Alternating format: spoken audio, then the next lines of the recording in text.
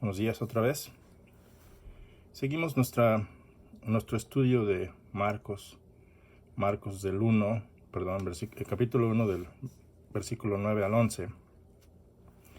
Y esta mañana veremos el bautismo de nuestro Señor Jesucristo. Es algo interesante. Muchas veces, en mi caso, yo he escuchado muchas veces este tema del bautismo, pero nunca había puesto tanto detalle o atención a los detalles. Y es muy interesante ver cómo el Señor Jesucristo pues inicia su reinado de esta manera, su reino de esta manera. Vamos a ver cómo es una coronación, pero vamos a empezar con el texto, vamos a empezar con una oración. Yo solamente no me puedo acostumbrar a esto de los videos, pero espero que tú sí te acostumbres a la lectura de la palabra de Dios, no a través de lo que yo te digo, sino en un asunto personal. Entonces vamos a orar rápidamente. Señor, te doy las gracias por este tiempo, te doy las gracias por tu amor y tus bendiciones. Te rogamos, Señor, que tu palabra sea de llenura, sea de bendición para los que escuchamos, los que estamos en tu palabra, pero sobre todo para los que la aplicamos. No porque seamos perfectos, sino al contrario, somos imperfectos, pero tú nos incitas, nos exhortas, Señor, a comer de tu palabra y a vivirla, para darte gloria y para vivir en santidad. Te rogamos, Señor, que cada persona que escuche este mensaje pues entienda y entendamos tu voluntad para pues recibirte como está escrito en tu palabra, en nuestras mentes, en nuestros corazones, hasta el día en que podamos verte frente a frente. En el nombre de Cristo Jesús. Amén. Leamos entonces Marcos capítulo 1 de los versículos 9 al 11. Y esto es lo que en algunas secciones de la Biblia o algunas Biblias lo titulan el bautismo de Jesucristo, y así lo vamos a titular, el bautismo de Jesucristo. Dice Marcos en la versión de la Reina Valera: aconteció en aquellos días que Jesús vino de Nazaret de Galilea y fue bautizado por Juan en el Jordán. Y luego cuando subía del agua, vio abrirse los cielos y al Espíritu como paloma que descendía sobre él. Y vino una voz de los cielos que decía: tú eres mi Hijo amado, en ti tengo complacencia. Entonces, como ves, es un texto sencillo en el sentido de no ser muy largo, pero difícil porque tiene muchos detalles. Y este es Marcos, detalles tras detalles. Entonces no se detiene a ver los argumentos que hubo en eventos como este, sino las acciones, lo que pasó. Entonces, ¿alguna vez te has puesto a pensar en este asunto? ¿Alguna vez has considerado todo lo que pasó aquí? Para nosotros es muy difícil porque pues vemos que siendo mexicanos o siendo de otras naciones, pues todos estos detalles como que no nos son muy familiares, y por eso requerimos de más información. Cuando yo en lo personal he leído esta porción de la palabra de Dios, a veces es muy fácil relacionarlo como con el bautismo cristiano, ¿verdad? Pensamos que pues Jesucristo quizá estaba practicando lo mismo, pero vamos a ver que ni siquiera era una práctica común, al menos no entre los judíos. Era más que nada algo así como para los gentiles, y eso era cuando ellos querían ser aceptados dentro del judaísmo. Entonces había una sumersión de cuerpo completo, porque vamos a ver cómo los israelitas, los judíos, no querían a los gentiles, los despreciaban bastante. Entonces para los rituales judíos era el lavamiento de manos, lavamiento de pies, pero en general había un rechazo impresionante para los gentiles, hacia los gentiles. Entonces, nuestra idea principal es esta: el bautismo de Jesús, vamos a ver, es la coronación del amado Hijo de Dios, identificándose con los hombres y dando así inicio a su reinado. Aceptado por los que lo aman, cuestionado por los que lo odian y retado por Satanás. El bautismo de Jesús es la coronación del amado Hijo de Dios, identificándose así con los hombres y dando así inicio a su reinado. Esto fue aceptado por los que lo aman, los que lo esperaban, cuestionado por los que lo odiaban, religiosos, y retado por Satanás. Bien, así un breve repaso de lo que hemos estado viendo. En el versículo 1 vemos que Marcos introduce el principio de su historia, presentando al precursor de nuestro Mesías, del Señor Jesucristo, el mensajero del Señor. Antes de concentrarse en Jesucristo mismo, antes de empezar a hablarnos del Señor Jesucristo. En el versículo 9, Marcos inicia ya entonces su narración acerca de Jesucristo con este evento muy, muy significativo, la coronación de un rey. Marcos no hace referencia a ninguna genealogía del Señor Jesucristo, no hace referencia a sus padres, ¿verdad? No hace referencia a anuncios angelicales, no hace referencia a pastores, no hace referencia a magos, no hace referencia a la niñez del Señor Jesucristo, o a su juventud, o a su adultez, si esa es una palabra. No menciona ninguna profecía, excepto las mencionadas ya para presentar al precursor del Señor Jesucristo. Y de hecho Marcos se salta todo e inicia de inmediato con el primer evento público del Señor Jesucristo, su bautismo. Lucas dice que tenía aproximadamente 30 años para entonces, Lucas 3:23. Entonces veamos primeramente que durante el ministerio de Juan hubo varios detalles. Para el tiempo que Jesús llega a donde estaba ya Juan bautizando, ¿verdad? Lo vemos a través de todo, a lo largo del río Jordán. Para cuando llega ahí, Juan ya había estado predicando alrededor de 6 meses. Por lo tanto, Juan ya era bien conocido. A este punto, apenas Juan iba a la mitad de su ministerio antes de ser arrestado. Y para cuando fue arrestado, todavía pasó un año más en prisión y entonces después fue decapitado. Esto le pasó por confrontar al rey Herodes por una relación ilícita. También parece que Jesús y Juan no se habían reunido por mucho tiempo, a pesar de ser familiares. Cada uno estaba dedicado a hacer la voluntad de Dios.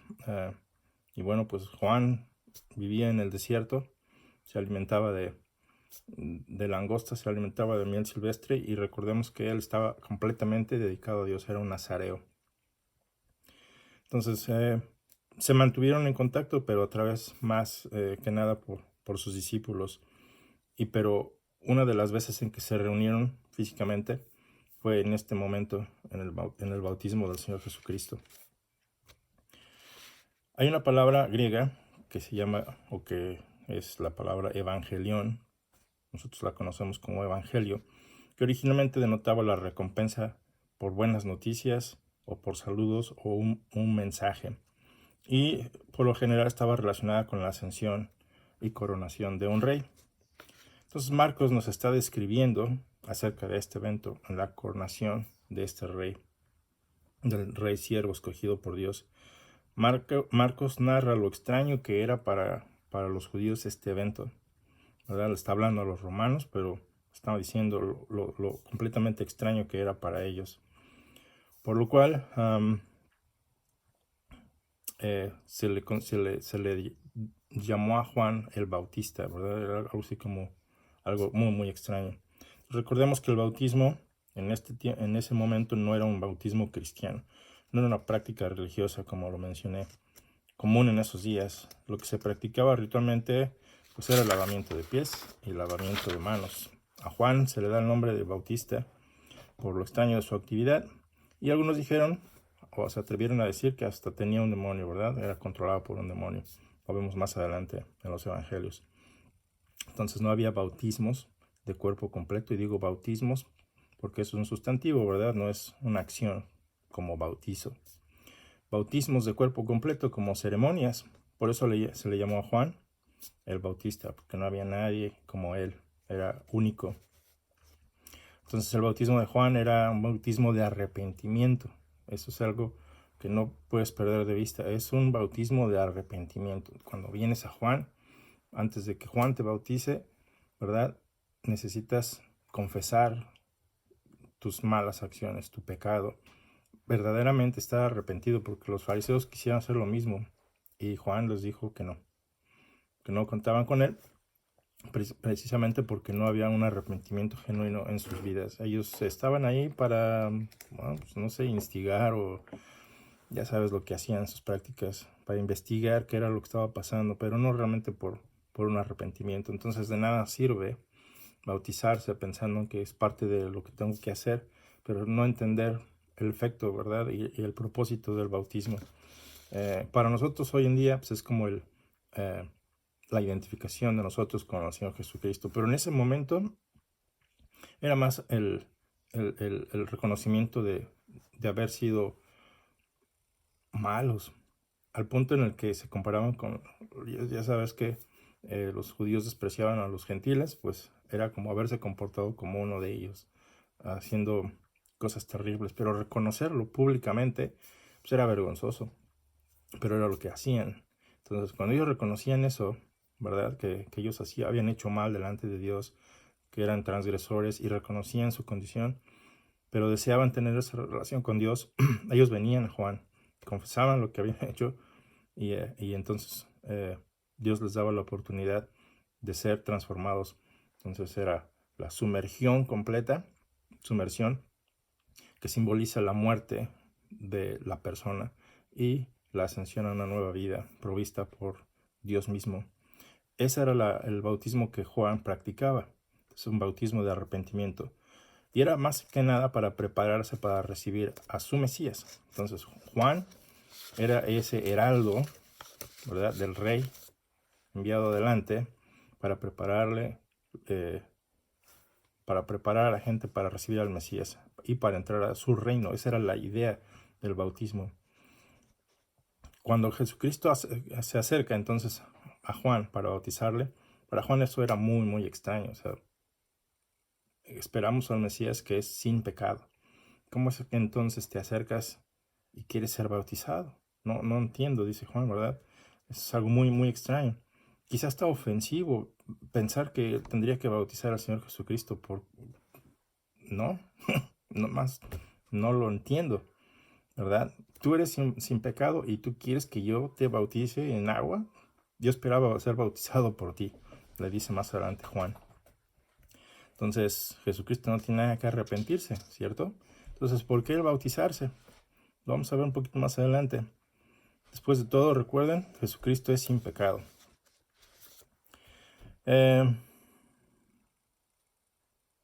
Mateo 3:13 nos dice, entonces Jesús vino de Galilea a Juan, al Jordán, para ser bautizado por él. Mas Juan se le oponía diciendo, yo necesito ser bautizado por ti, ¿y tú vienes a mí? Pero Jesús le respondió, deja ahora, como si le tuviera que pedir permiso, ¿verdad? Omítelo, no te preocupes por el detalle, Dios, déjalo es necesario que esto pase, porque así conviene que cumplamos toda justicia, es decir, que obedezcamos a Dios Padre en todo lo que se nos dio a hacer. A Juan se le dio la tarea de bautizar, ¿verdad?, en agua. A Jesucristo se le dio la tarea de bautizar en espíritu. Pero para ello era necesario que se identificara con nosotros, humanos. Entonces era importante cumplir así toda justicia, obedeciendo a Dios. Entonces Juan lo dejó. Entonces Juan, es un detalle aquí, Juan se negó a bautizar a Jesús por diferentes razones a las que él se negó a bautizar a los líderes religiosos. En el caso de Jesús, porque Jesús era sin pecado. Pero en el caso de los religiosos, pues porque no se habían arrepentido. Entonces, Juan rechazó esas dos ocasiones. Sin embargo, procedió a bautizar al Señor Jesucristo. Notemos este detalle, el lugar de donde viene nuestro Señor Jesucristo. Los evangelistas o los evangelios nos dicen, nos dan este detalle que para ti, para mí sería muy extraño cuando lo leemos así rápido. Dice que venía de Galilea. Eso para ti, para mí, o al menos para mí, okay, es la región del norte de Israel, Nazaret, una ciudad. Y tan, ¿verdad? Se nos da los detalles de dónde vino. Pero el problema, para los que conocen la Ciudad de México, para los que no, imagínate que alguien te diga que, no lo sé, que la persona que va a transformar México que va a aplicar justicia, que no se va a amedrentar ante nadie y que no se va a detener, proviene, digamos, de los barrios bajos de Tepito. Entonces dices, ¿qué? ¿De los barrios bajos de Tepito va a salir un gobernante que nos guíe? Sería algo muy extraño. Lo que quiero decir es que Nazaret era un pueblo que ni siquiera era conocido. No está en las escrituras, a excepción de cuando los evangelistas lo mencionan. Y era un pueblo aparentemente, pues, no, insignificante. Vamos a ver un poquito más acerca de dónde estaba localizado y las ventajas de esta ciudad y desventajas. Porque estaba localizado primeramente en la región de Galilea, una región que había sido conquistada por gentiles en años pasados y pues obviamente influenciada. Básicamente el lugar de residencia del Señor Jesucristo estaba aquí en Nazaret. Nazaret definitivamente no gozaba de una gran reputación. Lo vemos en Juan 1:46, cuando incluso uno de los discípulos, Natanael, le pregunta al otro discípulo, ¿verdad? Cuando dice, hey, hemos encontrado al Mesías, ven y ve. A Jesús de Nazaret, y le dice, a ver, ¿qué? ¿Jesús de dónde? De Nazaret. Y él dice, ¿puede algo bueno venir de Nazaret? El mismo Natanael, a quien Jesucristo reconoce después, un israelita genuino que ama a Dios, ¿verdad? Él está diciendo, ¿puede algo venir, algo de bueno de Nazaret? O en el caso de los fariseos, cuando tienen este argumento con Nicodemo, de por qué debían arrestar al Señor Jesucristo. En Juan 7:52 dice, por ser una pequeña villa en la Baja Galilea, le dicen los fariseos a Nicodemo cuando... Pues, vamos a leer Juan 7:52.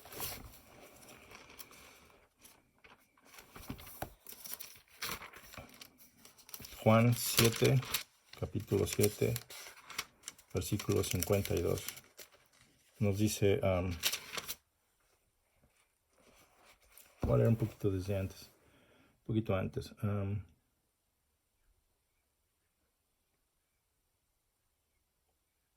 Entonces, desde 45, bueno, desde 42. Ellos no podían creer que el Mesías viniera de Galilea. Es algo que los religiosos no les cabía en la mente. Les decía, eso es imposible, no lo dicen las escrituras, lo dice en este argumento. Juan 7, 42 en adelante nos dice, ¿no ha dicho la escritura que el Cristo viene de la descendencia de David y de Belén, la aldea de donde era David? Sí, así fue. Pero ellos pensaban que el Señor Jesucristo había nacido en Nazaret. Pero dicen, ¿no ha dicho la escritura que el Cristo viene de la descendencia de David y de Belén, la aldea de donde era David? Así que se suscitó una división entre la multitud por causa del Señor Jesucristo. Y algunos de ellos querían prenderle, pero nadie le echó mano.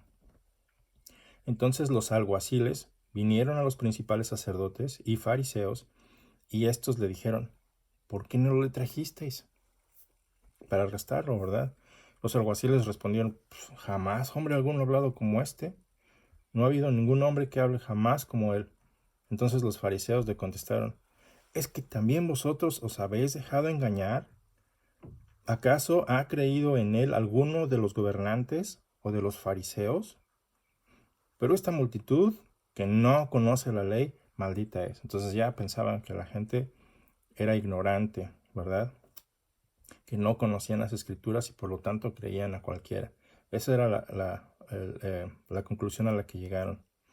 Nicodemo, el que había venido a Jesús antes, en la noche, y que era uno de ellos, les dijo, ¿acaso juzga nuestra ley a un hombre, a menos que le oiga primero y sepa lo que hace? Entonces, esto pues, como que nos ayuda a entender por qué muchas veces los fariseos se acercaban a ver qué pasaba, ¿verdad? Y querían bautizarse con el bautismo de Juan. ¿Por qué estaban tratando de hacer esto? juzgar a una persona a menos que le oigas primero y sepa lo que hace. Entonces eran como que buscaban a ver pretextos para ver qué hacían, para poderlas juzgar, básicamente. Respondieron y le dijeron a Nicodemo: ¿es que también eres tú de Galilea? Investiga y verás que ningún profeta surge de Galilea. Y cada uno se fue a su casa. Entonces no podían creer que de la región de Galilea, de los gentiles, el Mesías viniera. Para ellos el Mesías tenía que venir de Belén. Si no venía de Belén, no era el Mesías. Entonces ellos, pensando en que conocían las Escrituras, y nosotros podemos caer en la misma categoría, muchas veces pensamos que conocemos las Escrituras y asumimos cosas. Debemos poner un poquito más de cuidado. No significa que nos quedemos callados, sino significa que trabajemos más fuerte para conocer bien las Escrituras con el poder del Espíritu Santo en oración. Y a veces se nos pasa. No debería pasarnos, pero seguramente nos ha pasado. En fin, el lugar de donde viene el Mesías es la ciudad de Nazaret. Esta era una villa muy pequeñita. Te decía, en la Baja Galilea había una Alta Galilea y una Baja Galilea. Se encontraba al norte de la llanura de Jezreel, de acuerdo a Mateo 4:13 y Marcos 1:9. A 8 kilómetros al suroeste de Tiberias. Tiberias era una región donde había muchos enfermos y se practicaba ahí como que aguas de sanidad y cosas de ese estilo. 32 kilómetros al suroeste de la moderna Tel hoy en día, o la ciudad de aquellos días, Capernaum. Y como a 142 kilómetros al norte de Jerusalén. Esta era la ubicación de la ciudad de Nazaret. Estaba parcialmente aislada en las montañas, a mitad del camino entre el mar Mediterráneo y el mar de Galilea. Se encontraba también situada cerca de la frecuentada carretera. Había una carretera entre Mesopotamia y Egipto. Entonces había mucha actividad. Esto hace suponer que el Señor Jesucristo había visto muchas caravanas con muchas nacionalidades. Casi era imposible entrar a Nazaret por su lado sur, ¿verdad? Porque en ese lado sur había una pendiente muy empinada. Había un camino muy tenaz, serpenteante, ¿verdad? Que subía por un estrecho es un estrecho reborde hasta la ciudad. Esta ciudad, Nazaret, se encontraba en la región de Galilea, donde muchos no judíos se asentaron y comerciaban. La zona norteña de Galilea era a menudo menospreciada por el resto de los israelitas, por no haber mantenido su pureza, y en cambio haberse contaminado con los samaritanos y aún con otros pueblos. Por esto se despreciaba a la gente. Por eso se le llamaba Galilea de los gentiles, porque por esta contaminación con la que habían incurrido. Lo que significa Galilea de los extranjeros. Gentiles es extranjeros. La forma hebrea usada en Isaías 8:23, por ejemplo, cuando lo busqué, Isaías 8:23, solamente tiene 22, pero dice en algunas versiones 9:1. Entonces dice en diferentes versiones, ¿verdad? Se encuentra en un estado constructivo. No soy estudioso del hebreo, pero parece ser que la palabra es Hagoyim, que significa Galilea de las naciones. Quiere decir la parte de Galilea habitada por personas en la época en la que el libro fue escrito, de otras naciones. La palabra Galilea viene del hebreo Jalil, como dije, o que significa arroyo. La Galilea, ubicada en el norte hasta el límite con el Líbano, es la región verde y montañosa de Israel. Las cadenas que forman estos montes los hacen similares a un rollo de la Torá, por ejemplo, la Biblia hebrea. Y de allí pues se deriva el nombre por esa forma que tenían.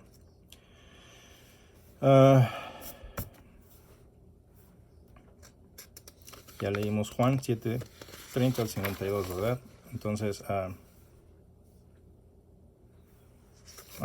permítanme un momento. Juan 7:30, que acabamos de leer, al 52, dice: procuraban pues prenderle, pero nadie le echó mano porque todavía no había llegado su hora.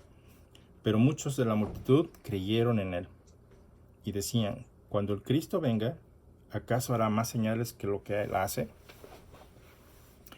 Los fariseos oyeron a la multitud murmurando todas estas cosas acerca del Señor Jesucristo, y los principales sacerdotes y fariseos enviaron alguaciles para que le prendieran. Esa era la razón por la que lo prendieran. Entonces Jesús dijo: por un poco más de tiempo estoy con vosotros, y después voy al que me envió. Me buscaréis y no me hallaréis, y donde yo esté, vosotros no podéis ir. Entonces decían los judíos, decir: ¿a dónde va esta persona? Si fuera chilango diría: ¿a dónde va este cuate? Decían entonces entre sí los judíos: ¿a dónde piensa irse que no le hallemos? ¿Será acaso que quiere irse a la dispersión entre los griegos? Pues imagínate, la región de Galilea al norte, pues dice, bueno, quizá está pensando irse a Turquía en estos días, ¿verdad? En aquella región donde se le llamaba la dispersión. Quizá quiera irse allá y predicar a los griegos, y de ahí pues, ya no los vamos a encontrar. Esa era la alusión. ¿Qué quiere decir esto con que me buscaréis y no me hallaréis?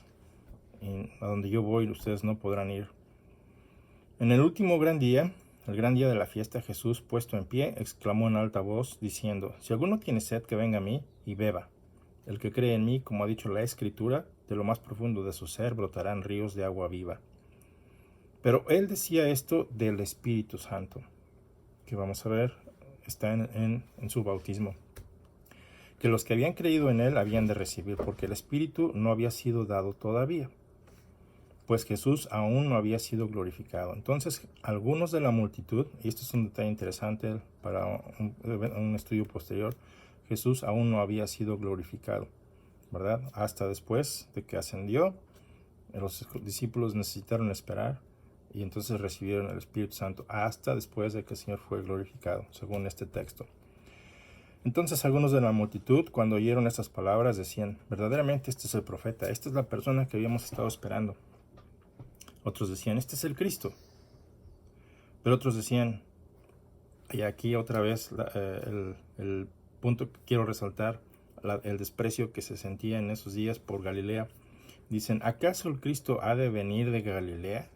Mucha gente preguntaba: no, el Cristo no viene de Galilea. ¿Acaso ha de venir de Galilea?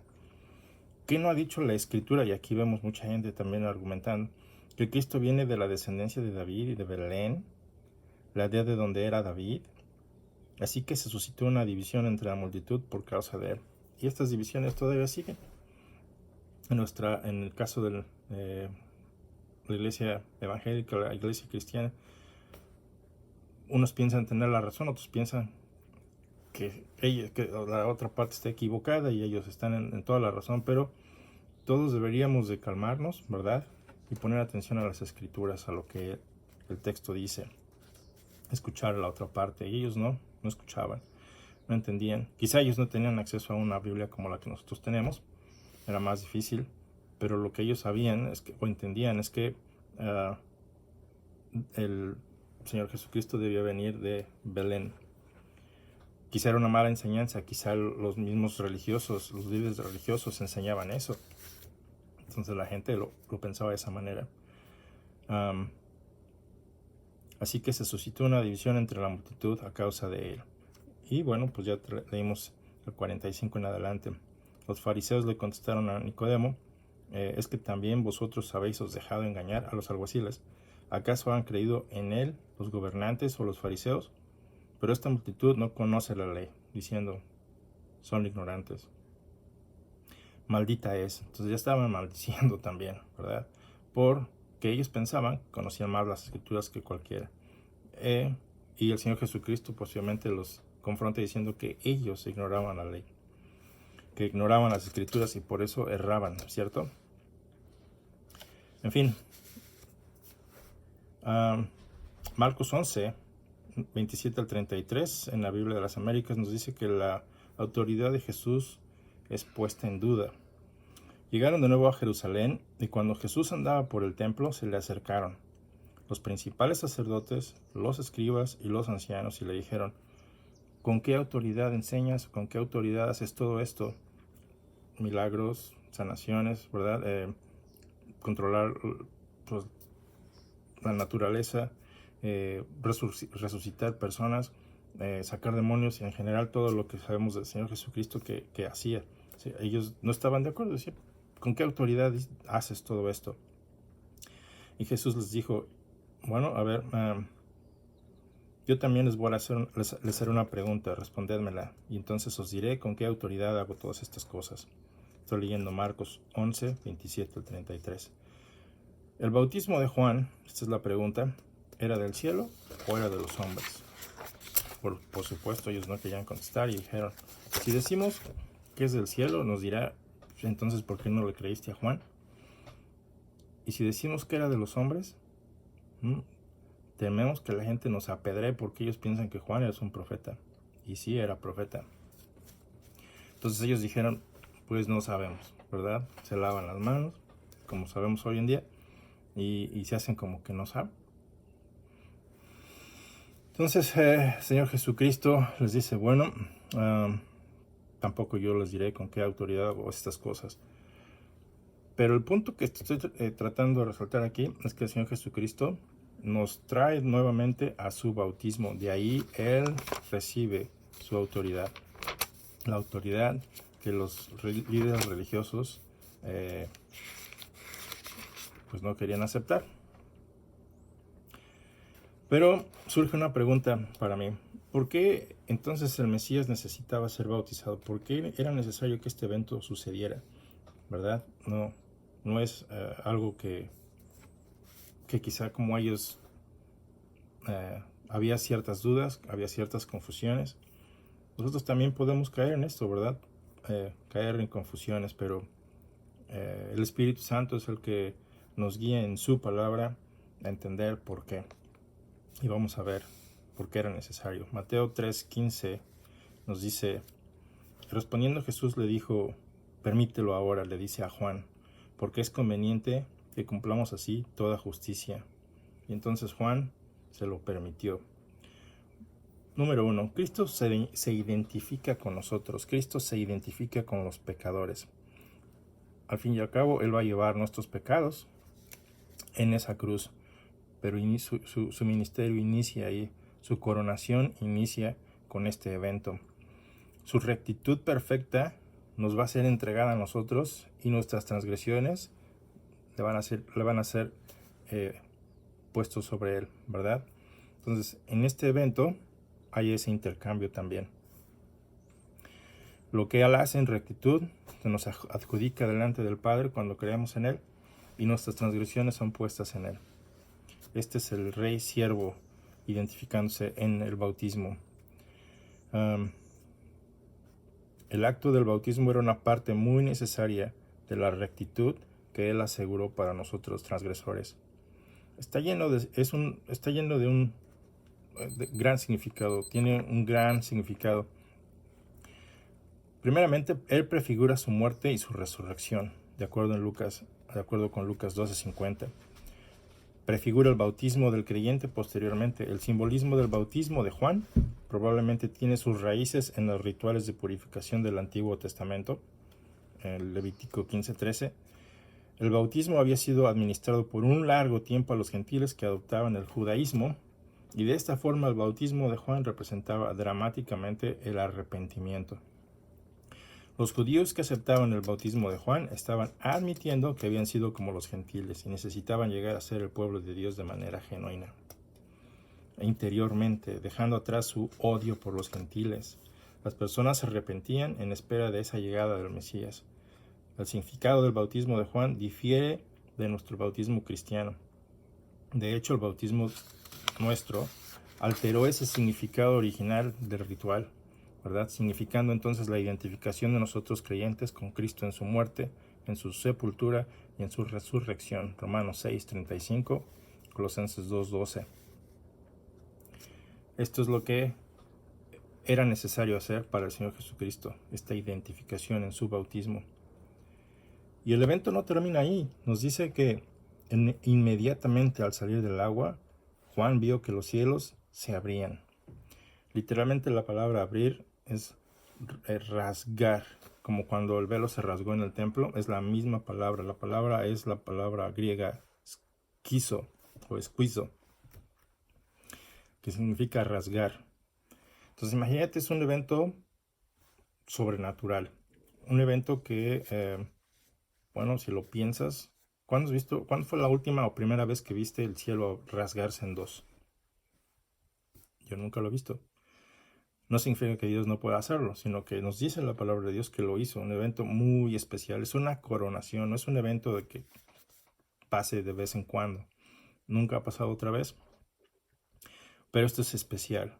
Dios interviene inmediatamente sobre la naturaleza y rasga el cielo delante de la gente. Ahí en la presencia de todos, Él rasga el cielo. Te recuerdo que antes de que eso sucediera, Israel había estado esperando su Mesías por 400 años. Dios no había interactuado como lo solía hacer con los israelitas por 400 años. Se le conoce como el periodo de 400 años de silencio. Y entonces Dios se manifiesta supremamente. Isaías 64:1 es un ejemplo de lo que los israelitas esperaban. Los profetas esperaban y la gente de Israel deseaban diciendo esto: oh, si rompieses los cielos y descendieras, y a tu presencia se escurriesen los montes. Este era el anhelo de la nación de Israel. Oh, si rompieses los cielos y descendieras, y a tu presencia se escurriesen los montes. Isaías 64:1. Pues eso es lo que pasó. El cielo se abrió, Dios irrumpiendo tiempo y espacio, literalmente rasgó los cielos. No fue una visión de Juan, sino que era literal. Muchos lo vieron. Esto es impresionante. Nuevamente, después de 400 años de silencio, Dios se manifiesta a Israel. Lo hace a través de ángeles, de su profeta enviado, Juan, y de su propio Hijo. Esta es la misma palabra que Juan está usando aquí para describir, que se usa, para describir cuando el velo del templo se rasgó a la mitad. En un evento de esta magnitud, yo esperaría que hubiera temblores, que hubiera, como lo hubo cuando el Señor Jesucristo murió, cuando entregó el Espíritu, que hubiera quizá relámpagos, como cuando Dios hablaba a la nación de Israel, que el cielo se oscureciera, en un evento así, pero no. ¿Qué es lo que pasa inmediatamente? El Espíritu de Dios se manifiesta visualmente. Esa es una confirmación de la presencia y autoridad del Mesías.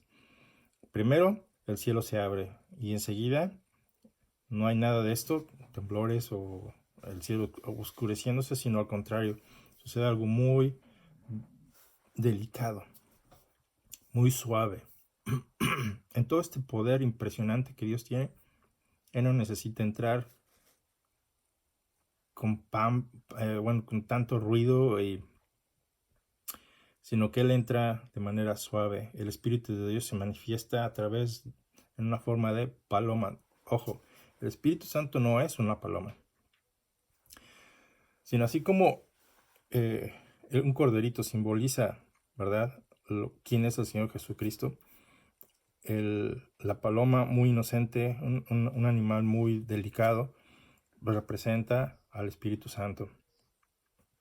Entonces, ¿cómo lo hace una paloma? Desciende suavemente, ¿verdad?, del cielo. Entonces, de esa manera, Dios nos está diciendo que todo el poder de Dios, del Espíritu Santo, ¿verdad?, reside en el Señor Jesucristo.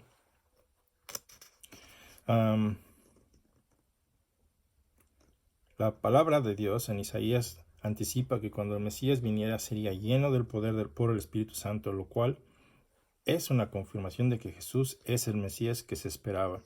Isaías 11:2 nos dice, y reposará sobre él el Espíritu del Señor, Espíritu de sabiduría, Espíritu de inteligencia, Espíritu de consejo, Espíritu de poder, Espíritu de conocimiento, Espíritu del Señor, de temor del Señor.